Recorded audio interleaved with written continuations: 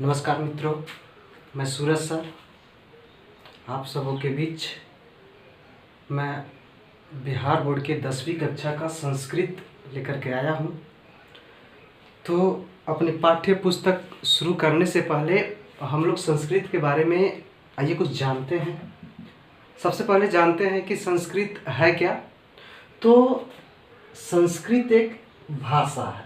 संस्कृत क्या है? तो संस्कृत एक भाषा है और इसके लिखन की जो प्रणाली है वह देवनागरी लिपि में लिखी जाती है। ठीक है। और संस्कृत को देववाणी अथवा सुर भारती भी कहा जाता है, क्योंकि देवताओं की जो भाषा थी, आर्यों की जो भाषा थी, क्या थी? संस्कृत थी, इसलिए इसे देववाणी अथवा सुर भारती भी कहा जाता है। यह विश्व की सबसे प्राचीन भाषा है। विश्व की सबसे प्राचीन भाषा है संस्कृत।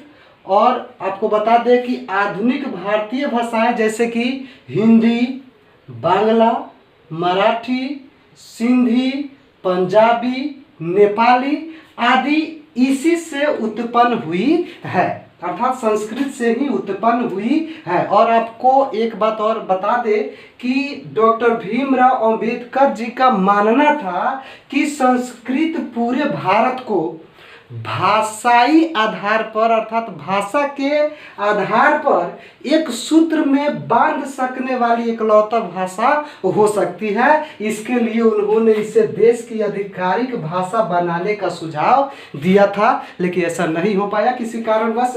चलिए तो और बता दें, लेकिन इसे भारतीय संविधान की 8वीं अनुसूची, भारतीय संविधान की 8वीं अनुसूची में इसको शामिल किया गया है। और आकाशवाणी और दूरदर्शन